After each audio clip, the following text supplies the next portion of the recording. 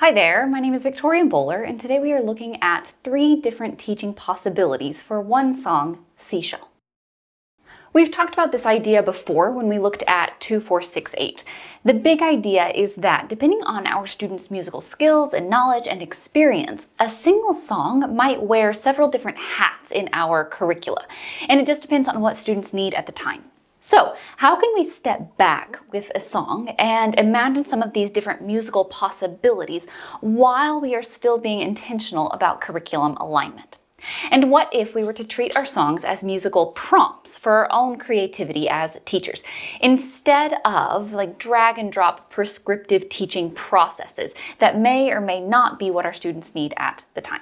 So let's look at this song, Seashell. This is an example of how one song might be used for 3 different pedagogical outcomes and 3 different age groups. A few things to look out for as we go through these processes. These examples show how we might approach the song in different areas of learning and for different target elements and at different stages in the learning of the song itself. So this will get more clear as we get into the learning sequence. But in the kindergarten lesson, students don't need to know the song at all. In the 2nd grade lesson, it helps if they've heard it a few times, but they don't need to have it memorized. And then for the 3rd grade lesson, they do need to know the song, and because we are kind of adding on to it as a part of the practice phase. Okay, so let's jump in. This song is sourced from the collection at Holy Names University, and if you're not familiar, it sounds like, "Seashell, seashell, sing a song for me. Sing about the ocean, sing about the sea." This activity is designed for young musical learners in the early grades, somewhere around kindergarten or 1st grade. Let's talk about what happens before the activity. This activity does not require any previous knowledge or experience. That will be different as we use this song in later grades, but for now, since we're just using it as vocal exploration, students don't need to come prepared to the learning experience with anything. In this first experience, the teacher is going to introduce the song through movement and active listening. So, with students seated, the teacher is going to sing the song as we all sway side to side. So, "Seashell, seashell, sing a song for me. Sing about the ocean, sing about the sea."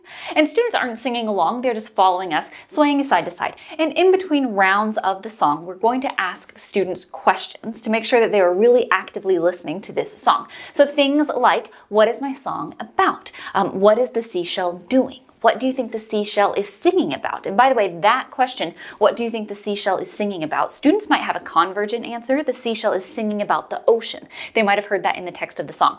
Or they might have a divergent answer, and they might have all sorts of things that the seashell could be singing about. Another great question is, wait, can seashells actually sing? Is this a real song, or is this like a pretend song, right?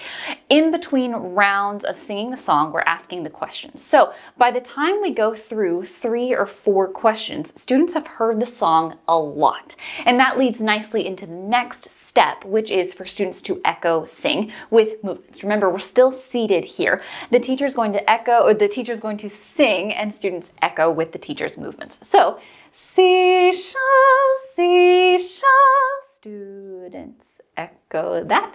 Sing a song for me, students echo that. Sing about the ocean, sing about the sea, students echo that. Now we're on to day 2. In this second learning experience, students are going to extend their ocean movements and continue reinforcing the song.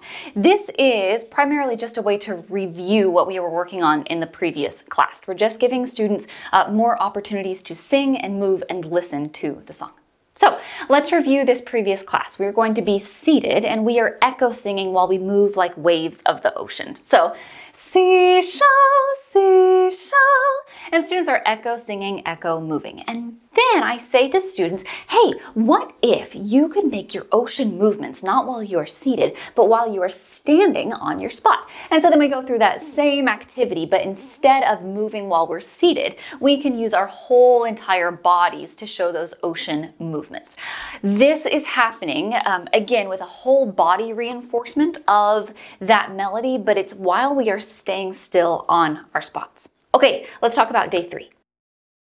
There are lots of options for pitch exploration here. We are going to look at a few, but you should definitely feel free to write your own, to scribble them on the board as you go through the lesson.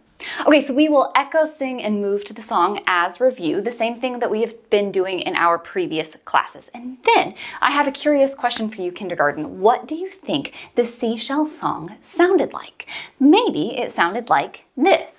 Ooh. Or maybe it sounded like this. Ooh. Or maybe it sounded like this. Ooh.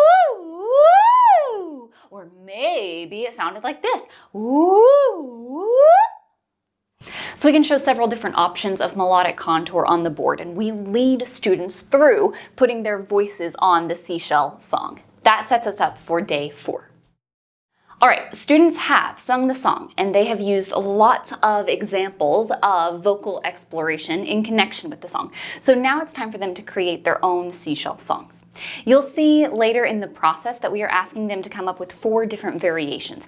And coming up with different variations, different options, that encourages students to work through the process of invention instead of just making a shape and stopping it there. Okay, so we will echo, sing, and move the same way that we have been doing in the past lessons. And then let's review all of these vocal exploration ideas.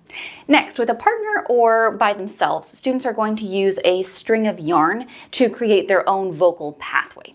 You could definitely use a worksheet and a pencil for this, but I find that for the purpose of passing out and cleaning up, yarn is just a little bit easier. So like I said, they're going to come up with 4 different variations of their vocal pathway. And after they have 4 different options, we want them to go back and choose their favorite song.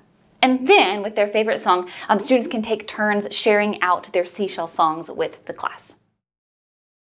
In a lot of second grade music programs, students are working on 1 sound over 2 beats. This works out with this particular song because this idea of the ocean waves can be a really nice visual for the elongated sound. We're also going to experiment with the form of the song in the last experience. So let's talk about what we need to have in place before the activity. For previous knowledge, this is different from the kindergarten lesson. Before the activity, students are going to need to have some conscious knowledge of steady beat, of rhythm versus beat, of quarter notes, and of beamed eighth notes. Those are the terms and the symbols that we're going to use, and we're going to orally identify in this activity.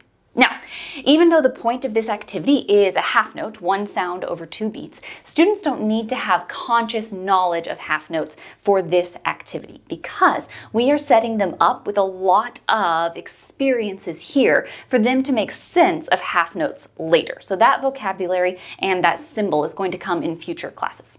So these activities are part of preparation. Okay, we've talked about musical knowledge. Let's talk about previous experience. Students should have plenty of times that they have been asked to sing and play instruments and speak and move and read and write and improvise and orally identify with the rhythmic set that we talked about with knowledge. And that does sound like a lot, but basically it just means that students have been in an active music room with the concept that we've talked about in the previous knowledge section. And then for these activities, it helps if students have heard the song before, but they don't need to have the song memorized for this first learning experience. We are basically learning as we go. In this first learning experience, students are going to use movement to show the duration of the rhythm of the song. And this happens as a whole class first, and then we split half the class. So, the teacher is going to sing the song with movement directions for tiptoe, step, and slide. And students are going to echo, sing, and move, either locomotor around the room or non-locomotor standing in their spot. And that's a classroom management decision that you can choose.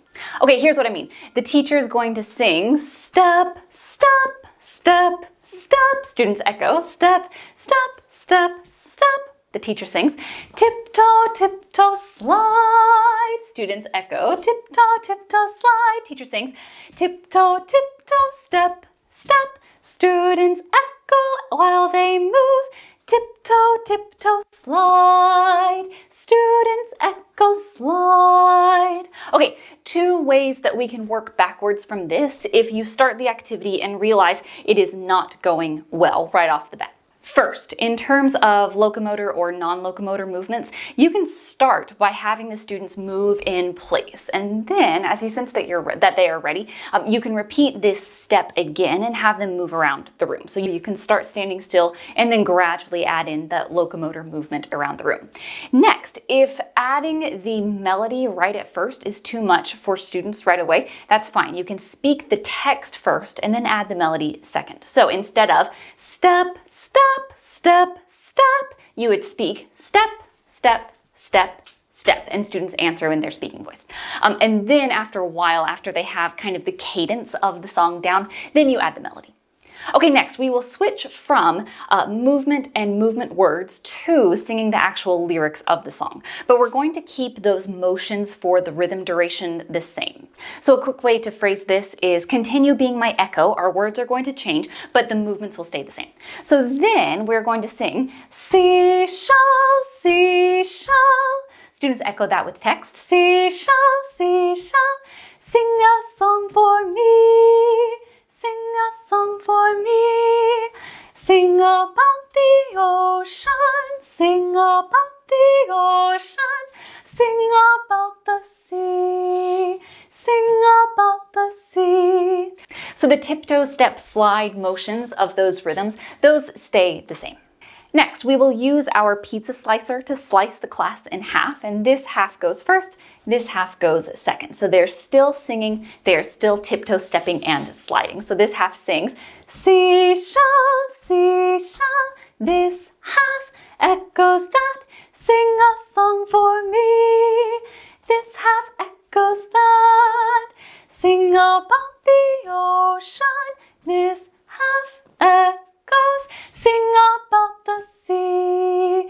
This half echoes. Okay, so now we are ready for day 2. The movement work from the previous class is going to be extended here. We are taking away the movement directions and replacing them with an instrument or a neutral syllable. And this means that students need to use their aural awareness of the rhythm durations to identify the rhythms, specifically one sound that lasts for 2 beats. So we'll start by reviewing the previous class. The teacher's going to sing the song on text, students echo sing on text and move around the room. So same thing that we were doing in the last class. Seashell, seashell, students echo and step, sing a song for me. Right, we go through that whole situation and then we're gonna have students sit down and sing the song straight through without the echo. And that's the phrasing I would use. Let's sing it straight through and not sing the echo. For this, students can either clap the rhythm of the words or they might choose to put their feet out in front of them while they're still seated and move their feet to show the rhythmic durations. So same thing that they were doing standing, now they are going to do it seated in their spot. So when we take out the echo, we have seashell, seashell, sing a song for me. Sing about the ocean, sing about the sea. And you'll notice that I'm showing the rhythmic durations with my hands as well. Even though I'm not sliding, there's a way to show that elongated sound. Okay, great. Now let's turn our ears into listening detectives for tiptoe, steps, and slides. So we'll ask students, how many slides do we have in this song? We'll sing the song through again, either on text or you can have students enter here if that's your preference. And students will discover that there are 2 times that we slide. Seashell, seashell, sing a song for me. Sing about the ocean, sing about the sea. Great. What are the longest words in our song? What words do those slides happen on? You sing the song again. Those words are me and see. Okay, great. How many sounds do we hear in the word me? I gave you the answer right there. 1 sound. Interesting. How many steady beats does that last? Sing a song for me. Ooh, interesting. Sing a song for me.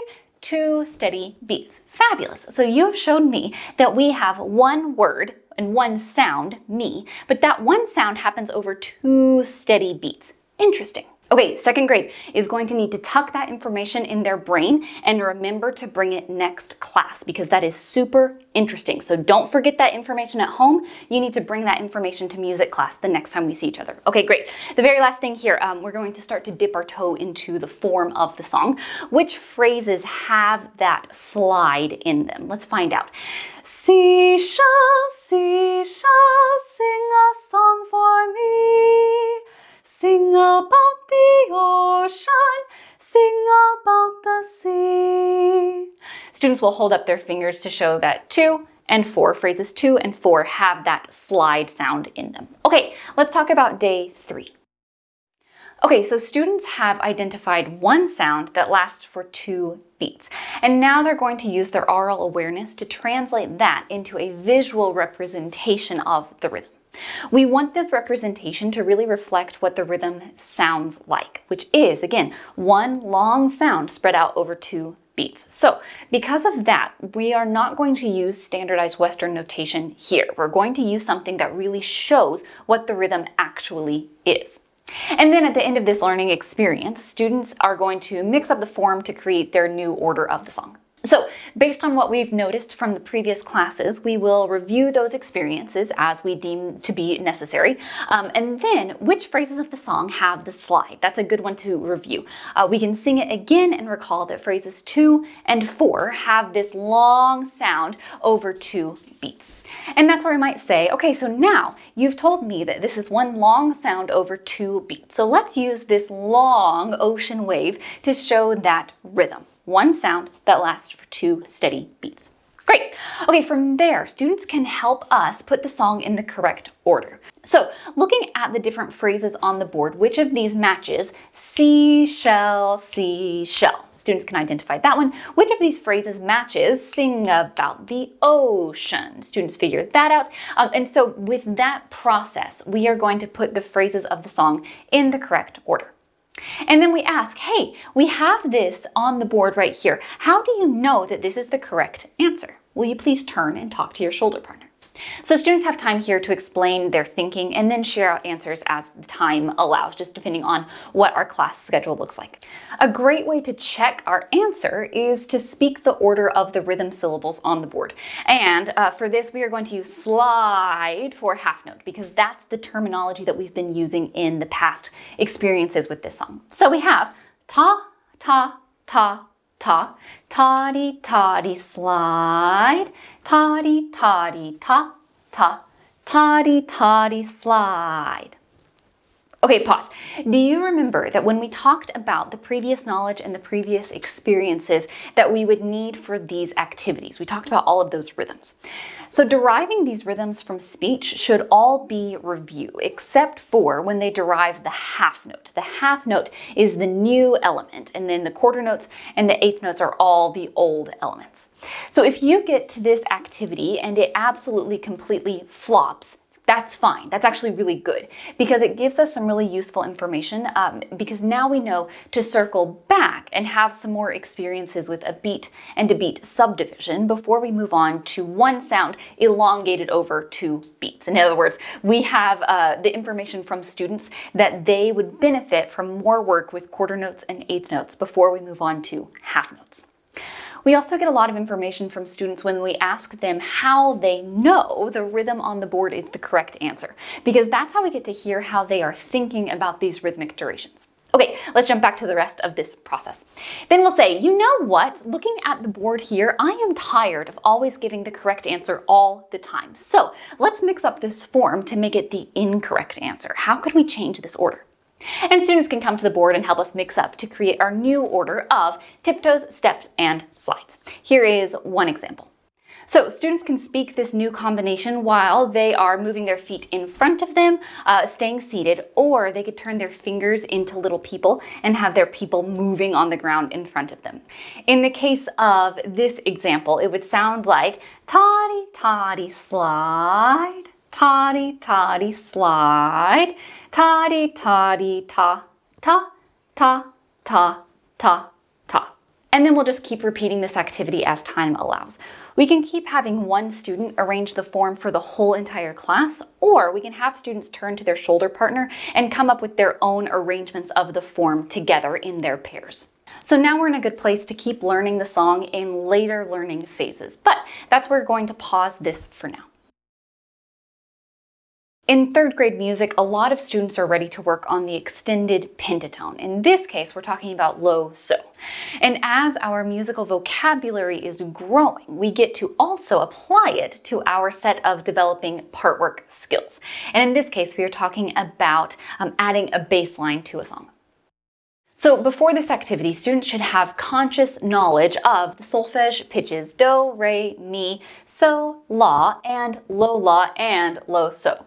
Notice that these activities are going to fall into the practice phase of learning. So students already know the target element low so. So let's talk about previous experiences. These activities are for students who are ready to sing a bass line to a known song. So in preparation for this, we can consider the previous part work experiences that students have had with bass lines or partner melodies so that they are prepared for these experiences. This ties into our part work conversation, and you can find more information about scaffolding part work skills in this video that I will link here. And then the last piece of this puzzle is that students are going to need to know the song before we start these activities. In this learning experience, students are going to listen to the new partner melody with the song. And then after they've heard it several different times, they will learn it by rote through a combination of movement and oral skills. When students have learned the melody, they are going to sing it while the teacher sings the main song. So here we go. Students are going to walk in a circle and sing the main song. And ideally, we are not singing it with them at all. So students are walking in a circle. Seashell, seashell, sing a song for me. And then after we know that students can sing it without our help, we are going to say to the students, okay, listen, this time I'm going to try to mess you up. So you listen to each other, don't listen to me. Students continue to walk in that same circle, they're singing the song, but now we are going to move in the opposite direction and add on that partner song. Here's what that sounds like. Seashell, seashell, sing a song for me, your song. Sing about the ocean, sing about the sing along. So students have heard the partner melody, but they have not sung it yet. So let's have students sit down where they are, and then we'll just teach it to them by rote. Nothing fancy here. It's the tried and true I sing, you echo. I sing first. Hey there, let me hear your song. Students echo with the motions. Hey there, then we'll sing along. Students echo, showing the melodic contour. Great. So after students can sing that without our help, and by the way, this should be very easy. It's a very simple partner melody. Students are going to stand and continue in that same circle, but this time we'll switch jobs. Students are going to sing the partner melody. Hey there, let me hear your song. And the teacher is walking the opposite direction in the inside circle, singing the main song. So now we have the same two parts going on at the same time, but we've switched jobs. The other really important thing to think about here from a part work scaffolding perspective is that it is just one voice, the teacher, versus the whole entire class. So students can really rely on each other for the singing accuracy of their part. Okay, then let's translate this into solfege. Let's sit back down. I am going to sing 8 beats at a time, and students echo on solfege with their Kerwin hand signs or with whatever body solfege system you are using. Again, this is very simple, or it should be very simple, because number one, we are in the practice phase with low so, and number two, we just have 2 pitches. It's just tonic and the low so pitch. So I have, hey there, let me hear your song. Do, do, do, do, so, so, so. My turn. Hey there. Then we'll sing along. Students sing. Do, do, so, so, do, do, do. Great. Now we are ready for day 2. This lesson experience is going to review the melody from the previous class, but then we're going to expand the part work skills.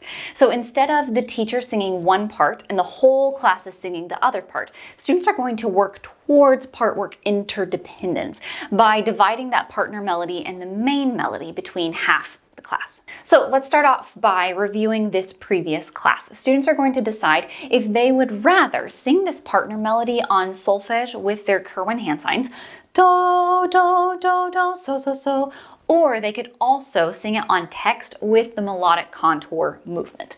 Hey there, let me hear your song. And then after we've reviewed this melody, we're going to go back to this part work circle activity where students are walking one way and then they're singing the partner melody as they're walking around in the circle, and the teacher is on the inside of the circle singing the main melody. So now again, we have both of these parts happening at the same time. And if that goes well, we can level up by starting to tag people to be on our team, on the teacher's team. So the class is walking one way, singing the main song. The teacher is walking the opposite direction in the inside circle, singing the partner song. And then eventually we're tagging people to come join us in the inside circle. We can keep doing this over and over and over again until our circles are just about even. The outside circle has about the same number of people as the inside circle. And ideally, at some point, we, the teacher, are going to step out of the mix altogether and students do it without our help.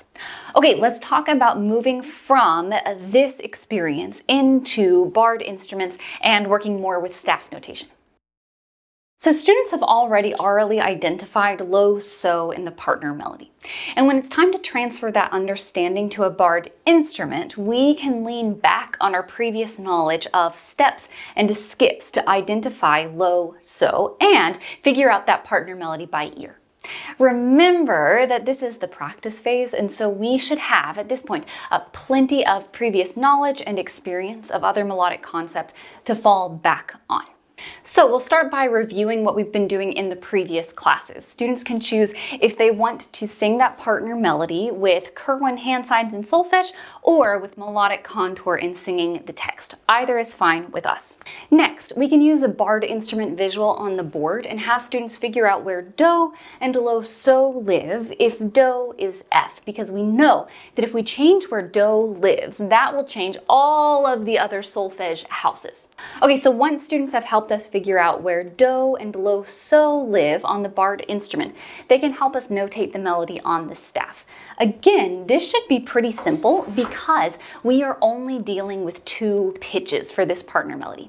The other thing about this is that you don't need to notate the rhythm for this activity, it can just be the melody. Now, we're about to move to barred instruments, but before we do that, as practice, students are going to sing on solfege and point to the notation on the board. So, do, do, do, do, so, so, so, do, do, so, so, do, do, do.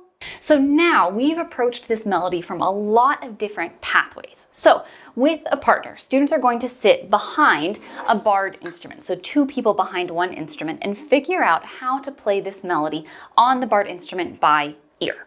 So this is some independent work time, and right here you can just be floating around the room and listening to students work. They're just going to share mallets back and forth and work on this partner melody together.